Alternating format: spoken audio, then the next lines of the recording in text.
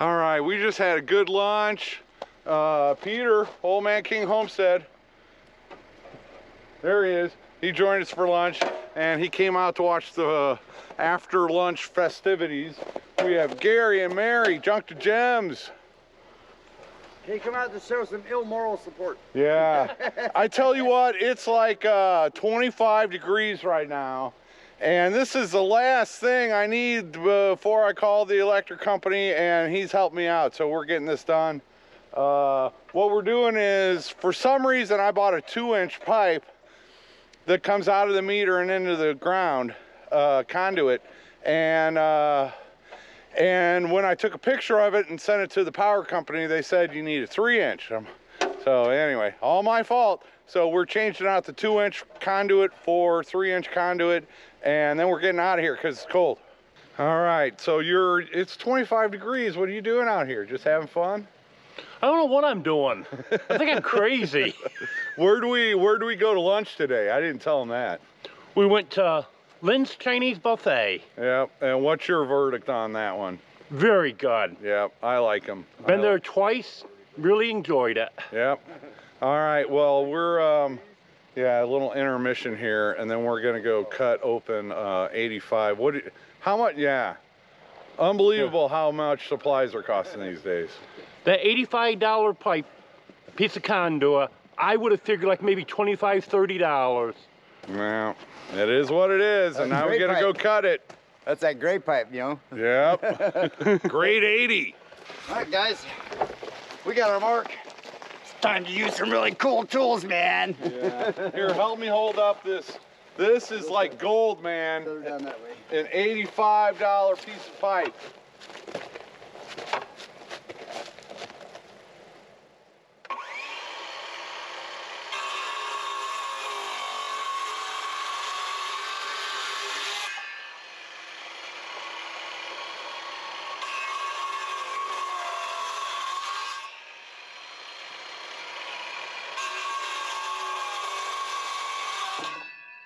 Yeah, that's a beautiful cut. I didn't know better. I think I've done this before. And we only needed a little more than half of it. So if anybody wants to buy this for me, it's yours for what, 35 bucks? I think that'd be fair. No, it's $40. You got the flange in, man. That's extra $5. Yep. Yep. And that elbow, 22 bucks for this elbow. I'll sell it to you for $49.95. Oh yeah, and we have this one. How much was that elbow? This elbow was $15. And that pipe was $1.95 per foot, and it was a 10-footer. So this pipe was 20 bucks, and that elbow was 15. Insane. We got it, guys. Yeah, it was cold, and thanks. Gary and Mary, Junk to Gems, link down below. You got to check them out. New to Arkansas. How you loving this winter so far? It's tolerable. I mean, we're liking the snow. We think the snow is really cool. Miley really likes the snow. But as far as that goes, it's not that bad, really. Yeah. Not as bad as we were expecting it to be, or I was expecting it to be. Mary's liking it, I think. I'm loving it. Yeah. Well, yeah, I really appreciate your help today. Now, the final steps, I can call the power company, get them out here. Get your power going, Yeah. and then as soon as they turn it on, then we'll come back over and we'll hook the shed up. And yeah, and while we were waiting for the glue to dry, I was picking your brains on all kinds of stuff in there. Oh, yeah. Electrical panel, plumbing, yeah, all kinds of stuff. we can do it all. Floor, yeah. We're gonna get where this I'm gonna thing. hatch all my baby chicks at in the future. We're gonna make this thing pretty for him before the year's out. Yep. All right, I'm gonna let them go. It's cold, and I'm gonna show you around. It was a cold day for that project, but the sooner the better on getting it done. So yeah, took them out for lunch, and then I tortured them in the cold weather for about an hour. It's all right. Thank you to everybody for the outpouring of support after I lost Bob, my cat. Just thank you so much. I know everybody has lost, you know, pets and humans and, you know, family, friends, everything like that. And it's never easy for anybody at any time. And I'm no different than anybody else. Yeah, I miss him. He was around for 6 years. Just showed up. Yeah. So I definitely miss Bob. Fifi and Grumpy are fine. They are perfectly fine. We're gonna have to go through an adjustment period. They don't like each other. GoPro cut out. But yeah, Fifi and Grumpy are fine. We'll adjust and move on, and they will move here with me. So, all right, let's do a recap. Drew's last video was great over at Drew's Lens, and he showed a lot of the footage that I didn't get on doing this electric panel, but he had some good questions on his video, and I don't think I've addressed that thoroughly on why we're doing what we're doing where with the electric. So I'll go show you around now. My electricity is coming from that pole right there, and the electric lines run across the front of my property. But that electric pole is where my service is coming from.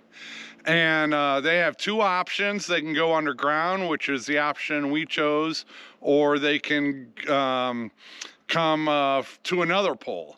So what they could have done, if they brought another pole, we're looking out towards the lane, they would have brought it back here, and it would have been, you know, probably right in here is where the, I think 100 feet for a second pole. And then I could have, you know, done my electric back there or something like that.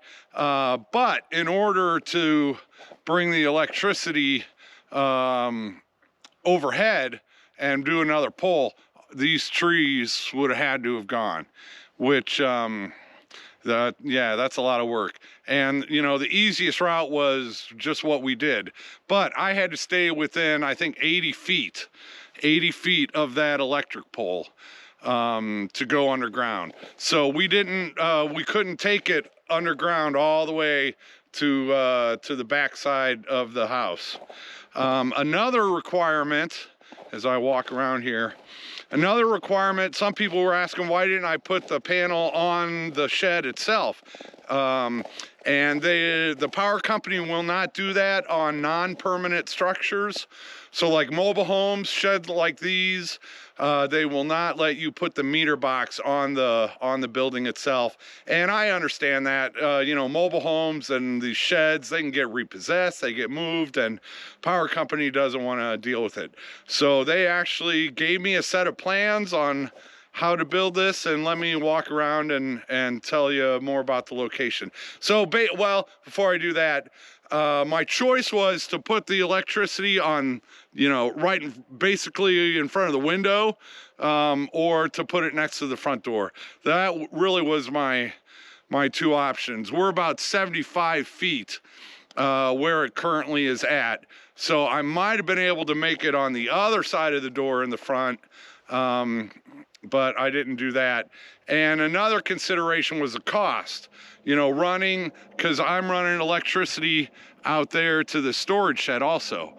And it's about $6 per foot.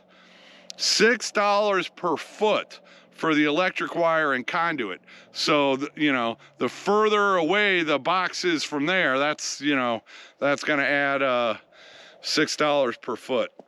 So, yeah, I know it's not ideal, but that was the best option of the few options that we did have. I do realize that aesthetically, it's not painting a pretty picture of the front of my house, having the electricity right there, but it is what it is. You know, one thing I was thinking is I could build, you know, just a little deck here out the front door, and I can hang some hanging flowers and stuff and hide it or whatever. Another thing I want to point out is I wanted it far enough away from the house. Drew said I didn't want it to get rained on. Well, it's going to get rained on. I didn't want it straight under the, you know, the roof there, so it's dripped on constantly when it is raining. So I wanted it far enough away where the runoff from the roof isn't dripping right on top of it every time it rains. So I wanted it a little ways out from the house, and and that way we've been getting back and forth going behind it. So, but there are creative ways I can hide it. Yeah, I know it's not ideal, it's not the prettiest, but that was how they did it. Now, I know a lot of places you just do a single pole, and then the meter box will be straight above or below your breaker box. But that's for our power company.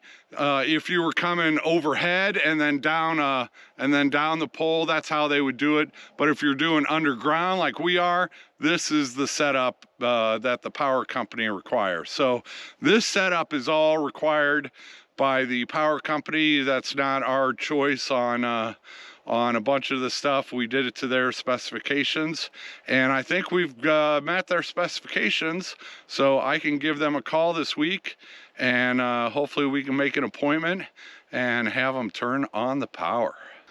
They will be running the electric line here in this trench, and then once that is done, Drew can bury this trench back up, and I'll have a driveway again. He has already covered up most of the water lines. The water is coming in, and the water line had cut off that driveway over there, and he's already started rebuilding that, and he's got that water line almost to the house. And he left it, he didn't bury it yet because I'm gonna run some heat cable and insulation on the water line as it comes out of the ground into the house. So yeah, once we get this this power line ran, we can start burying everything. And then also, I have not run the electrical wire from this panel out to the storage shed yet, but that didn't need to be done now. So but we'll want to do that so that we can bury that trench also. And I might as well grab a load of firewood while I'm here. Some of that stuff I'll have to chainsaw it in half so it'll fit in the wood stove, but yeah, that'll I've gotten days worth at home, but I just thought I'd grab a little bit more. These are all turning into long days lately. I'm headed home. It's 3:40. I'll get home a little after like 4:15ish, and I'm not done for the day. First thing, I want to build a fire because it's probably in the 40s in my house right now, because I did not build a fire this morning because I knew I was going to be gone most of the day. And yeah, then I need to chainsaw some of those logs in half so they will fit in my wood stove, and get enough of those done to make it through at least tonight and probably a couple nights. Then I got to fiddle with that well again. But it was supposed to get up above the freezing point into the upper 30s today, but it's not gonna. It's 29 outside right now, and it's 3:45, so it is not going to get above freezing today, and that means my outdoor spigot on the well is still frozen, and that means I can't drain the sand filter, and so I got to do that tonight, but I won't be able to drain it anyway. Then what else do I got? Then it'll be about time to put the chickens to bed and have some dinner, and I'm skipping my lunch, or skipping my nap. I didn't skip lunch. I had a very nice lunch. Yeah, it's great seeing some smiling faces. And everybody's having issues with this winter. This is just, we're not used to these low temps for this long of a period. It just doesn't happen in this area of Arkansas all that often.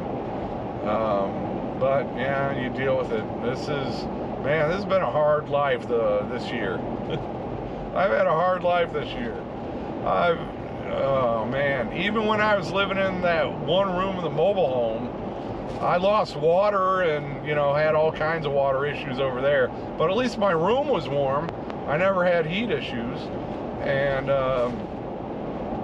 anyway, I'm done. I'm still a little mad at the world, although a little less mad because I got to have lunch with friends and had some help, and I can look forward to the electricity being turned on. And with that, thank you so much, everybody, for everything, and take it easy. I made it home, but I got one more thing to complain about before I unload the firewood out of the back. My cassette adapter thing for my MP3 player stopped working. So I ain't got no music, just the radio. These are easy to find.